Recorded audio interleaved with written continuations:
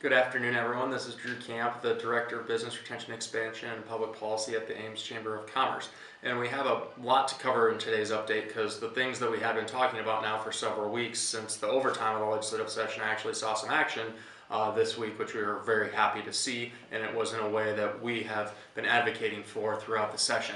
So jumping right into things, the biggest thing that happened this week is the Senate, the House, and the governor's office came out with a trilateral agreed upon tax reform proposal that includes corporate as well. We had been kind of worried a little bit with as far as the Senate had always been on board with including corporate. The House and the governor had been a little more trepidatious about putting that in, and they hadn't put that in any of their proposals. So it was good to see that they were able to go in to have trilateral negotiations and come out with something that included corporate. Kind of getting into some of the details, I won't go into the complete details because it's about 150 pages worth of tax law, and I don't think any of us want to sit and listen to that for the rest of the afternoon. So touching on some of the individual pieces, the individual reforms will decrease rates. It'll also eliminate federal deductibility and the alternative minimum tax in tax year 2023, which are both things we had advocated for. It auto-couples to the federal government in 4 years.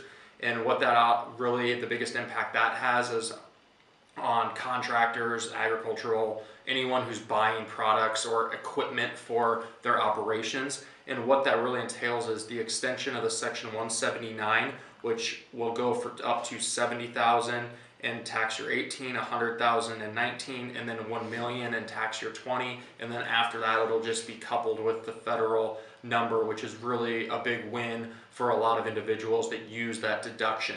Also important to note for a lot of our small businesses or independent businesses is the qualified business income tax deduction from Iowa. The federal tax deduction from the Iowa taxable income will also increase. For tax year 2019 and tax year 2020, it'll be 25% of the federal qualified business income, and then it'll be 50% in tax year 2021, 75% in tax year 2022, and 100% in tax year 2023.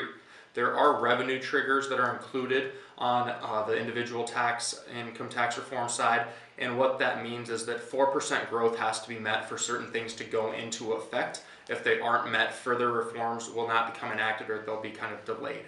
And why that's important is that'll also impact the overall rate deductions that we see in the individual income tax platform throughout the state. The bill does propose moving the income tax brackets from 9 to 4, and what that will mean is it'll be a 4.4% up to $6,000 from 0 to 6,000. From 6,000 to 30,000, it will be 4.82%. From 30,000 to 75,000, it'll be 5.7, and from 75,000 to plus, it will be 6.5%, and that means that would go into effect in tax year 2023 is when that would be fully implemented and on if those revenue triggers are met. That's a big contingency, is if those revenue triggers are met. But that'll be a big decrease, I should say. That's an important differentiation to make. That will be a big decrease in not only the brackets, but also the individual tax plus the 179 and the QBI are both things that we really wanted to see on the individual side, as well as federal deductibility and the alternative minimum tax. So those were some positive things to see, but as you can imagine, the revenue triggers were something that in the current economic environment, the governor and the House really had pushed for throughout the entire session, so it was not really a surprise to see those included. On the corporate side of things, federal deductibility will be gone in FY 2021. Section 179 expensing will also be included for on the corporate side, just as I mentioned before. Then will couple with the federal government. And the the corporate tax brackets will go from 4 to 3, and the top rate will fall from 12% to 9% in tax year 2021 and beyond. And what that essentially means is we'll go down to those 3 brackets. We'll go down to those 3 brackets for corporate, and the rate will go from anywhere from 5.5% to 9% to 9.8%. And that 9.8% does not necessarily bring us down into the middle of the pack. It actually puts us at number 49 because 9.8 is tied with Minnesota for corporate tax, but Pennsylvania is 9.9. So we aren't the highest anymore, but we are no longer by any means the lowest. So we are very happy to see that announcement made, but I thought it was important to just kind of show you where that puts us as far as the rankings go. It is important to note too, as far as the corporate income tax reform goes, there will be a tax credit review committee, but the research activities credit, which is one we had really advocated strongly for not touching or messing with, as well as the high quality jobs program and the Iowa Skilled Workers and Jobs Creation Fund as well, because that's a direct piece into the economic development program funding as well.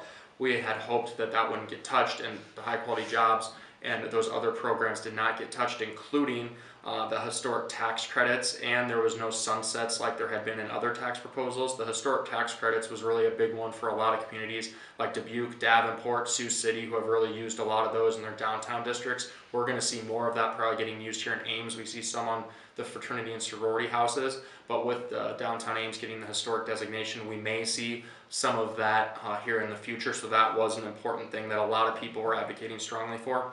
And it does extend the targeted jobs tax credit and the innovation fund. Innovation fund is for those early stage companies to help lift them up as they kind of go through that valley of death, so to speak.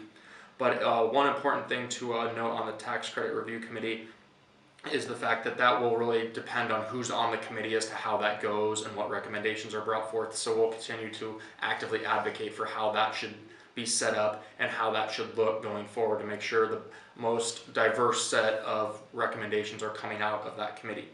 It's also important to note that the single factor does remain, and it's also very, very important to once again state that there were no sunsets on tax credits, and there really weren't a lot of other changes to our tax credit programs. So that was a huge win for us because in other proposals those were drastically changed. So we were happy to see that that didn't happen in this proposal. The one thing too that's important to note about this proposal is the fact that since it was a strike after amendment for the amendment for this tax bill, there really won't be any changes. The Senate and the House and the governor all agreed to it, so this should be able to slide through with the appropriations process. And I'll touch a little bit more on how that looks, and then the adjournment potentially coming up here in the next couple days a little bit later in the update.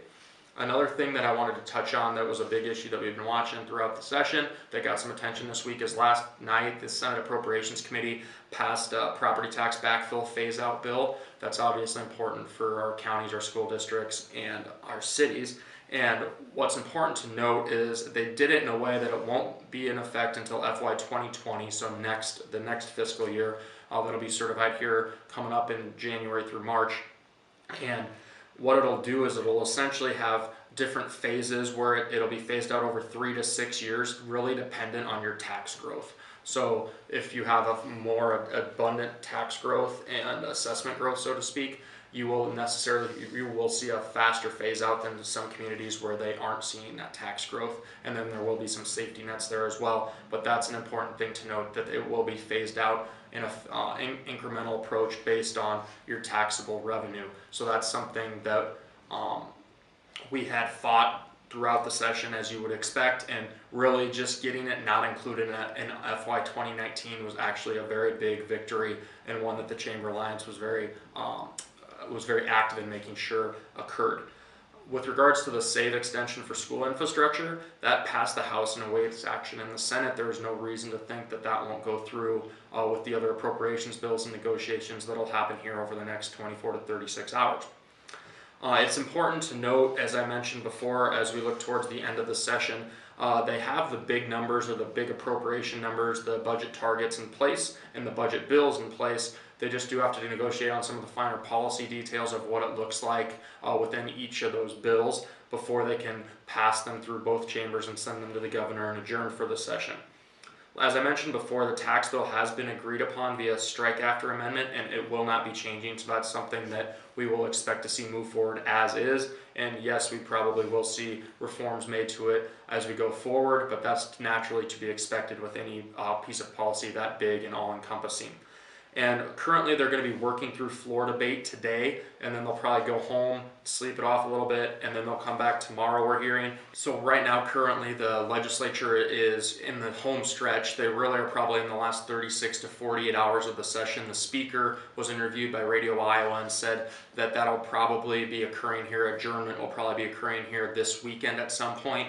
and there really is the light at the end of the tunnel for the end of the session. And then obviously there's some things where the governor has 30 days to assess bills and decide if she does or does not want to sign them. And then there's obviously the override option, but there's a lot of different things that we'll cover when the legislative session is over as to what it looks like and how things will progress going forward before all policies technically and indefinitely become law. So please do come back and watch us here next week. We may be doing something a little bit different as far as timing goes, simply because they very likely will adjourn this weekend or early next week, and we'll want to kind of do a wrap up before then. So please do come back whenever the end of the session does occur, hopefully here, like I said, in the next 36 to 48 hours, and we'll be happy to provide a last of our legislative session update here for the 2018 session. So thank you very much and have a nice weekend.